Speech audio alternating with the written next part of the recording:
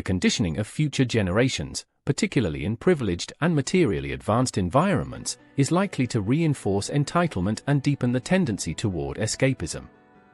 When people are born into comfort, they often fail to recognize the privilege that allows them to avoid the raw struggles of survival. As a result, they develop a sense of entitlement to their way of life, feeling they deserve that comfort without ever having earned or understood the mechanisms behind it. Escapism becomes a natural byproduct of this conditioning because they never truly confront hardship or reality in a way that demands transformative change. Complaining from a position of comfort becomes their main outlet. The cycle of passive dissatisfaction continues. People may voice grievances or express frustrations, but they stop short of meaningful action because they have no incentive to do more. The illusion of progress or justice through mere expression becomes enough to soothe their minds. This is already evident in previous generations. Many people in positions of privilege have historically relied on their comfort and avoided true self-examination or responsibility. They simply go through life complaining about society, the economy, or existential woes without taking transformative action because their material needs are met. The fatigue that sets in from constant but shallow dissatisfaction will likely deepen in future generations. Instead of engaging with the underlying structures that need change, people will grow tired of their own complaints, eventually accepting the status quo and focusing more on distractions or personal comforts. The result could be an increasingly passive society that continues to perpetuate its own escape from reality, deepening the divide between material luxury and genuine mental or social evolution. Comfort, privilege, and escapism have shaped human behavior and perception.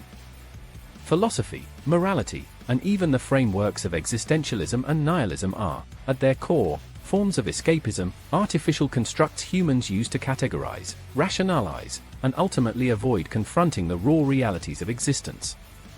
In modern environments, where material comfort is the norm for many, there is no urgent need for survival in the raw, animalistic sense.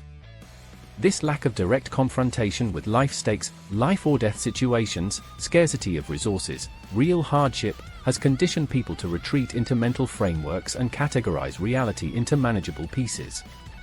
In doing so, they create constructs like morality, justice, or philosophical systems to rationalize their existence, but these concepts have no intrinsic reality. They are simply tools of escapism, providing emotional comfort rather than demanding any transformative confrontation with the true chaos of life. Modern human complacency, when the struggle for material survival is no longer immediate, people become mentally disengaged from reality. Rather than striving for meaningful change, they engage in cycles of passive dissatisfaction, expressing grievances or frustrations but stopping short of action. Comfort breeds inertia, and without a pressing need to adapt or evolve, people settle into patterns of complaining from a position of privilege without ever confronting the underlying reality that drives their discontent. The idea that mere expression of grievances, rather than direct action, could result in change is an illusion, a way to soothe the mind without actually disrupting the comfortable status quo.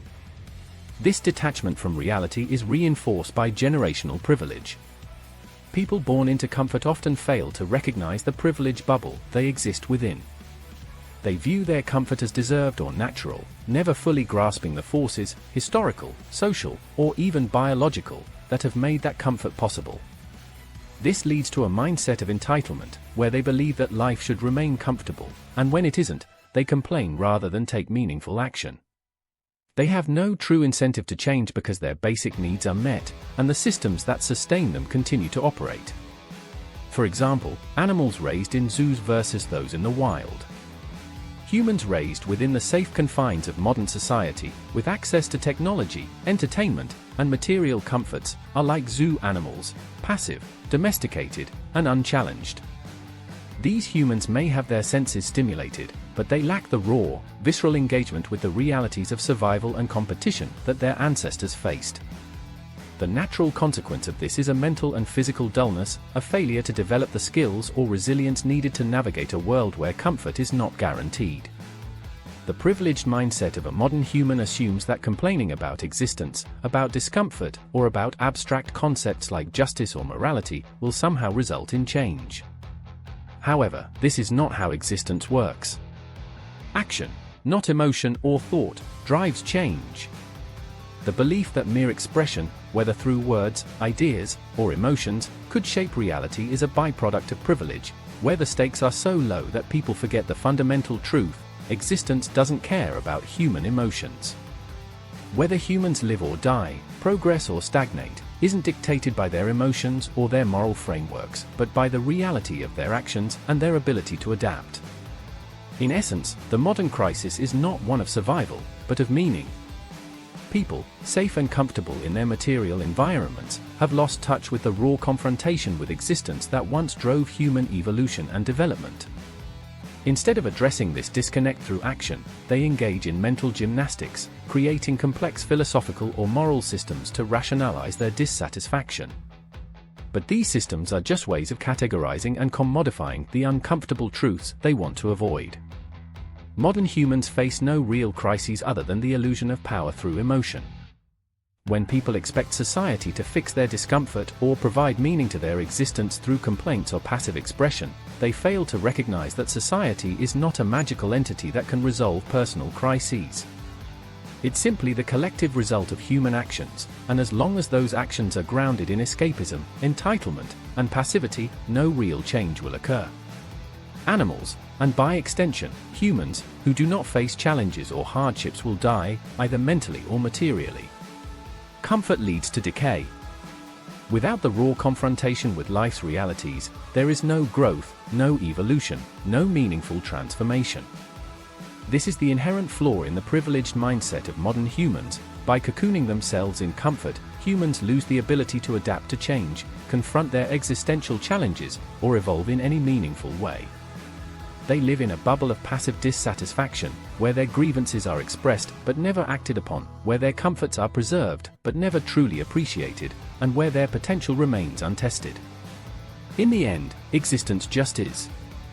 Free will always be exercised, and the direction society takes is shaped by those who choose to act, not those who choose to complain. Comfort is the enemy of change, and as long as humans remain comfortable, they will continue to indulge in the mental games of philosophy, morality, and abstraction rather than engage with the real forces that govern life.